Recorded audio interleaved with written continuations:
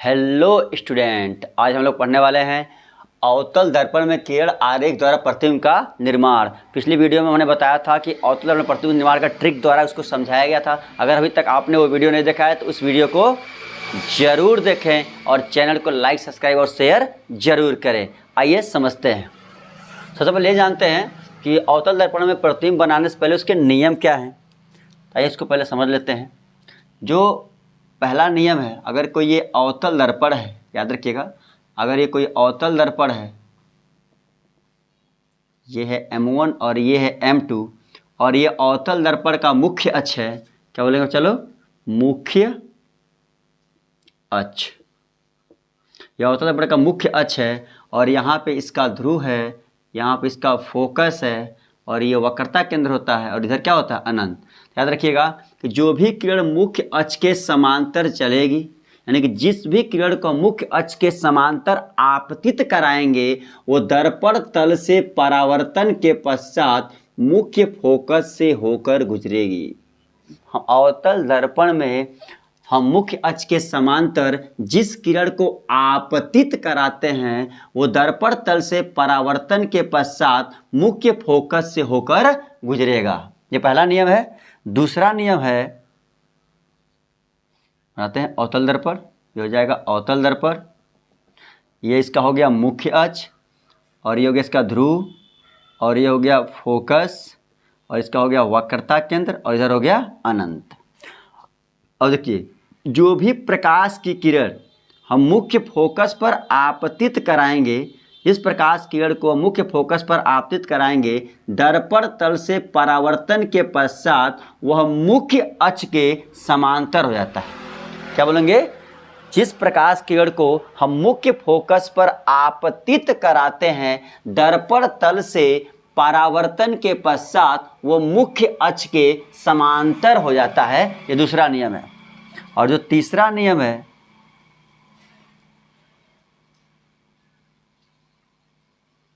ये इसका ध्रुव, ये फोकस, ये वक्रता केंद्र, इधर अनंत। वक्रता केंद्र से अगर प्रकाश किरण को हम आपतित करा रहे हैं, क्या बोलेंगे, वक्रता केंद्र से हम प्रकाश किरण को जब आपतित कराते हैं तो दर्पण तल से परावर्तन के पश्चात पुनः उसी दिशा में वापस लौट आते हैं। क्या बोलेंगे, वक्रता केंद्र से जब हम प्रकाश किरण को आपतित कराते हैं तो वह दर्पण तल से परावर्तन के पश्चात पुनः उसी दिशा में वापस चली आती है। और इन तीन नियमों में से किन्हीं दो नियम का प्रयोग करके हम क्या करते हैं, किरण आरेख बनाते हैं। और जो पहला नियम है वो तो हमेशा लागू होता है। तो आइए समझते हैं और नियम का प्रयोग करके सॉल्व करते हैं। देखिए, सबसे पहले हम जानते हैं कि अवतल दर्पण में वस्तु को कितनी जगह रखा जा सकता है। तो इसके पहले वाले वीडियो में हमने बताया है कि अवतल दर्पण में वस्तु को कहाँ कहाँ रख सकते हैं। अगर उस वीडियो को आपने नहीं देखा तो उस वीडियो को पहले ज़रूर देख लें, फिर इस वीडियो को आप देखें। बात करें तो सबसे पहले अवतल दर्पण में वस्तु को हम कहाँ रखते हैं, अनंत पे रखते हैं। क्या बोलेंगे, अवतल दर्पण में वस्तु को कहाँ कहाँ रखा जा सकता है। आइए पहले यहाँ समझ लेते हैं। ये हो गया अवतल दर्पण, ये उसका ध्रुव, ये हो गया फोकस, ये हो गया वक्रता केंद्र, इधर हो गया अनंत। तो सबसे पहले आप वस्तु को अनंत पे रख सकते हैं। दूसरा, अनंत और वक्रता केंद्र के बीच रख सकते हैं। तीसरा, वक्रता केंद्र पे रख सकते हैं। चौथा, वक्रता केंद्र और फोकस के बीच रख सकते हैं। पाँचवां, फोकस पर रख सकते हैं। छठवां, फोकस और ध्रुव के बीच में रख सकते हैं। यानी कि अवतल दर्पण में वस्तु को आप 6 जगह रख सकते हैं।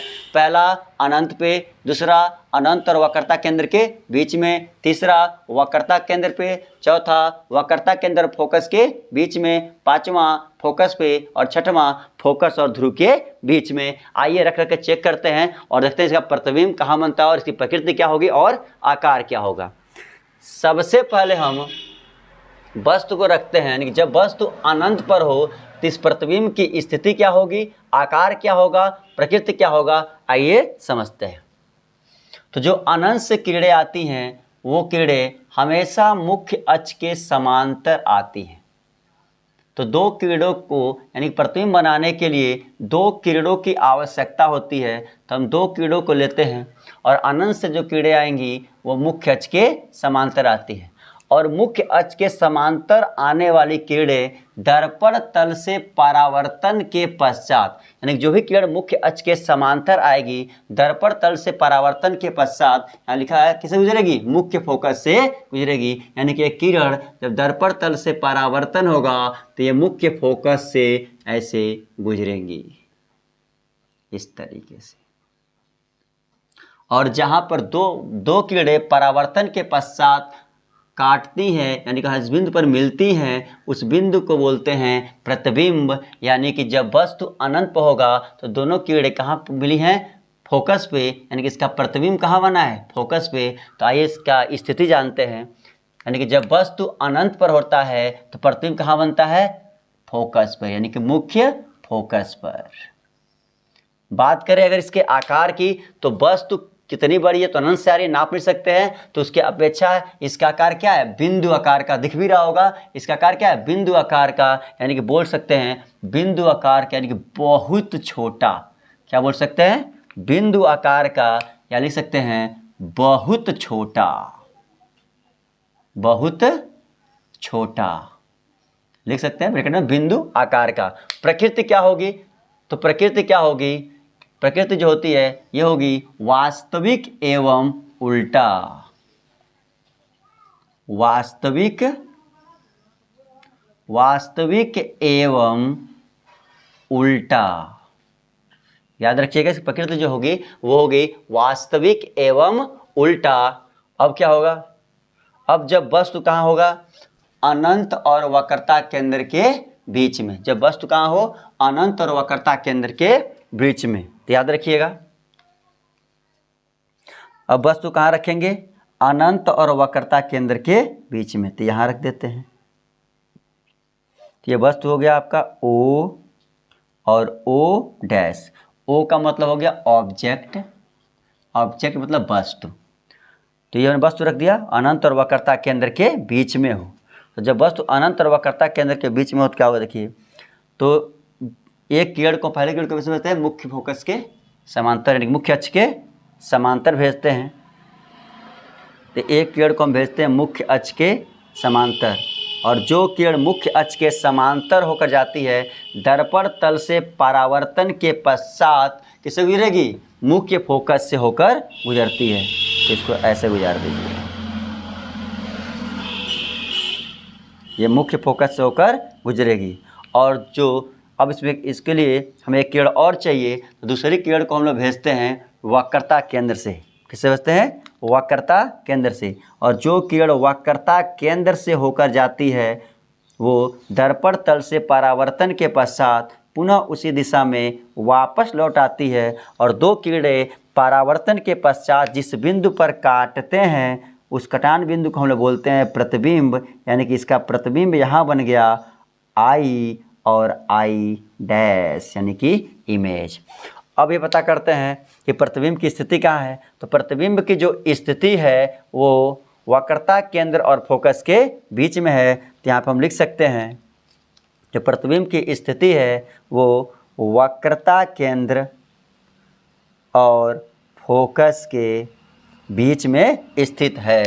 याद रखिएगा। अब इसके आकार की बात करें तो नाप सकते हैं, ये वस्तु है, ये O डैश वस्तु है इतने बड़ी, और ये इसका प्रतिबिंब बना है इतना छोटा, यानी कि वस्तु से छोटा इसका प्रतिबिंब है। तो लिख सकते हैं वस्तु से छोटा, वस्तु से छोटा, प्रतिबिंब कहाँ बना है, वस्तु से छोटा। अब बात करें इसके प्रकृति की, तो अगर किरणें दर्पण तल से परावर्तन के पश्चात वास्तव में किसी बिंदु पर मिलती हैं तो वो होता है वास्तविक प्रतिबिंब। और वास्तविक प्रतिबिंब जो होता है वो हमेशा क्या होता है, उल्टा होता है। तो ये हो जाएगा वास्तविक, प्रकृति क्या होगा इसका, वास्तविक एवं उल्टा। समझो, अगर दर्पण तल से परावर्तन के पश्चात दो किरणें वास्तव में किसी बिंदु पर मिल रही हैं तो वो वास्तविक प्रतिबिंब होता है। और वास्तविक प्रतिबिंब जो होता है हमेशा क्या होता है, उल्टा होता है। अब वस्तु को कहाँ रख सकते हैं, अब बात करें तो वस्तु को रख सकते हैं सेंटर पे, यानी कि वक्रता केंद्र पे। तो जब वस्तु वक्रता केंद्र पर होगी तो क्या होगा, तो तो वस्तु को रखते हैं वक्रता केंद्र पे ऐसे। अब इस किरण को भेजते हैं मुख्य अक्ष के समांतर, और जो किरणें मुख्य अक्ष के समांतर चलती हैं वो दर्पण तल से परावर्तन के पश्चात मुख्य फोकस से होकर गुजरेंगी। हो गया। अब एक किरण को भेजते हैं मुख्य फोकस से इससे, तो जो किरणें मुख्य फोकस से होकर गुजरती हैं वो दर्पण तल से परावर्तन के पश्चात मुख्य अक्ष के समांतर हो जाती हैं, और जहाँ पे दो किरणें परावर्तन के पश्चात मिलती हैं वहीं पर बनता है प्रतिबिंब, यानी कि इसका ये प्रतिबिंब बना है I और I डैश, और ये वस्तु है O और O डैश। क्या बोलेंगे?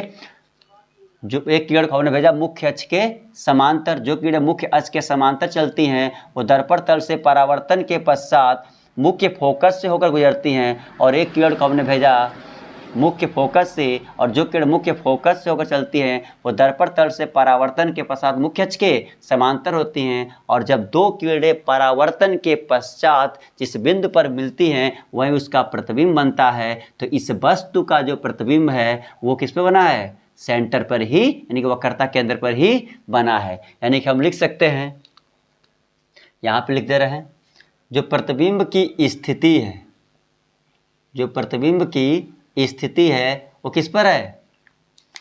यानी वस्तु भी वक्रता केंद्र पर ही है, और प्रतिबिंब भी कहाँ बना है? वक्रता केंद्र यानी कि सी पर ही बना हुआ है। अगर फिर बात करें प्रतिबिंब के आकार की, अगर आकार की बात करें तो जितना बड़ा वस्तु है उतना बड़ा ही प्रतिबिंब है। आप लोग को दिखाई दे रहा होगा, जितना बड़ा वस्तु है प्रतिबिंब भी उतना ही बड़ा है, यानी कि बोल सकते हैं वस्तु के बराबर, वस्तु के बराबर। और ये किरणें परावर्तन के पश्चात वास्तव में किसी बिंदु पर मिली हैं, यानी ज़बरदस्ती नहीं मिलाई गई हैं। और जब दो किरणें वास्तव में किसी बिंदु पर मिलती हैं, ज़बरदस्ती नहीं मिलाई जाती हैं, तो वो वास्तविक प्रतिबिंब कहलाता है। यानी कि इसकी अगर प्रकृति की बात करें तो ये हो जाएगा वास्तविक, वास्तविक। और वस्तु रखा है ऊपर और प्रतिबिंब बना है इसके नीचे, तो बोल सकते हैं वास्तविक एवं उल्टा। यहाँ भी देख सकते हैं कि वस्तु है ऊपर और प्रतिबिंब कहाँ बना है? नीचे, तो ये भी होगा वास्तविक एवं उल्टा। अब अगर बात करें कि वस्तु को कहाँ रख सकते हैं, तो जब वस्तु कहाँ हो? वक्रता केंद्र फोकस के बीच हो, यानी कि चौथी स्थिति वक्रता केंद्र फोकस के बीच हो, तो ये रखते हैं। तो जब वस्तु वक्रता केंद्र और फोकस के बीच स्थित होता है तो यहाँ रख देते हैं वक्रता केंद्र फोकस के बीच। ये हो जाएगा O और O डैश वस्तु हो गया। अब इस किरण, एक किरण को हम भेजते हैं मुख्य अक्ष के समांतर, और जो किरण मुख्य अक्ष के समांतर जाती है वो दर्पण तल से परावर्तन के पश्चात मुख्य फोकस से होकर गुजरती है, जैसे गुजर गई। और एक किरण को हम भेजते हैं मुख्य फोकस से, दूसरी किरण को हम आपतित कराते हैं मुख्य फोकस से, और जो किरण मुख्य फोकस से होकर गुजरेगी वो दर्पण तल से परावर्तन के पश्चात मुख्य अक्ष के समांतर हो जाती है, और जहाँ पे दो किरणें परावर्तन के पश्चात काटती हैं वहीं पर उसका इमेज बनता है, यानी प्रतिबिंब बनता है। तो ये इस वस्तु का प्रतिबिंब हो गया I और I डैश। अगर बात करें इस प्रतिबिंब की स्थिति की, कहाँ बना है? अनंत और वक्रता केंद्र के बीच में, बोल सकते हैं वक्रता केंद्र के परे। तो लिख दीजिए अनंत और C के बीच में, अनंत और वक्रता केंद्र के बीच में, अनंत और वक्रता केंद्र के बीच में।